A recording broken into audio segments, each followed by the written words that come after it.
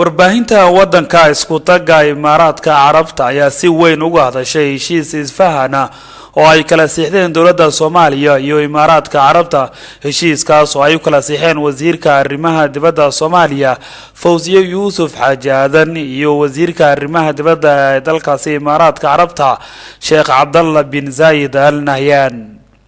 wargeyska Al-Ittixaad ee cadadkiisii 13,748 ee maanta ku soo daabacay boggiisa hore in labada xukuumadeed ee Soomaaliya iyo Imaaraadka kala siixdeen heshiis taariikhi ah kaas oo ku saabsanaa sidii labada dawladood ee walaalaha ay isaga kaashan lahaayeen dhinacyada siyaasadda, amniga, diblomaasiyadda, xiriirka ganacsiga iyo horumarinta.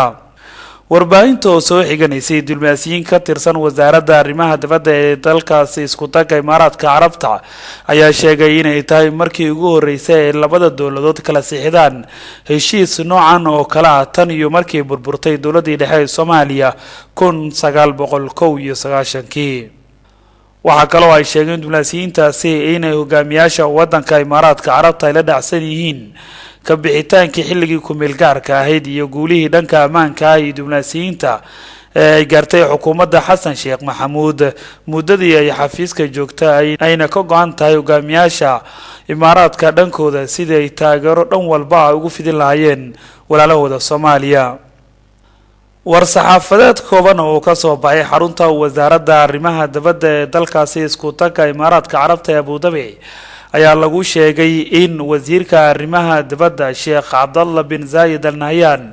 uu kala hadlay dhigiisa Soomaaliya Fawziyo Yuusuf Xaaji Aadan sidii loo xoojin lahaa xiriirka wax wada qabsi loona baahin lahaa danaha ay wadaagaan labada dal. heshiiskaasi ayaa yimid kadib markii ay wada hadallo ku yeesheen caasimadda Abu Dhabi madaxweynaha Soomaaliya Xasan Sheekh Maxamuud iyo Sheekh Mohammed bin Zayed Al Nahyan oo ah ninka iska leh dhaxaltooyada Imaaraadka Abu Dhabi. xiriirka ka dhexeeya dalalka Soomaaliya iyo Imaaraadka ayaa mid walaaltinimo oo soo jireen ah iyadoo Soomaaliya ku leedahay magaalada Abu Dhabi safaaradda halka Abu Dhabi ay ku leedahay qunsuliyadda guud inkastoo ay xiran tahay muddadii burburneed safaaradii dalka Imaaraadka ay ku lahayd magaalada Muqdisho. haddana Sheekh Mohammed bin Zayed Al Nahyan waxa uu cadeeyay wafdigii madaxweyne Xasan Sheekh Maxamuud inay si degdeg ah dib ugu furi doonaan safaaradoodii Muqdisho. dalka Imaaraadka ayaa waddanka labaad ee ugu dhaqaalaha badan wadamada hodanka ee Khaliijka waxaana xiriir ganacsi oo toos ah la leeyahay Soomaaliya isagoo taageero fiican u fidiyay ummadda Soomaaliyeed muddadii ku jirtay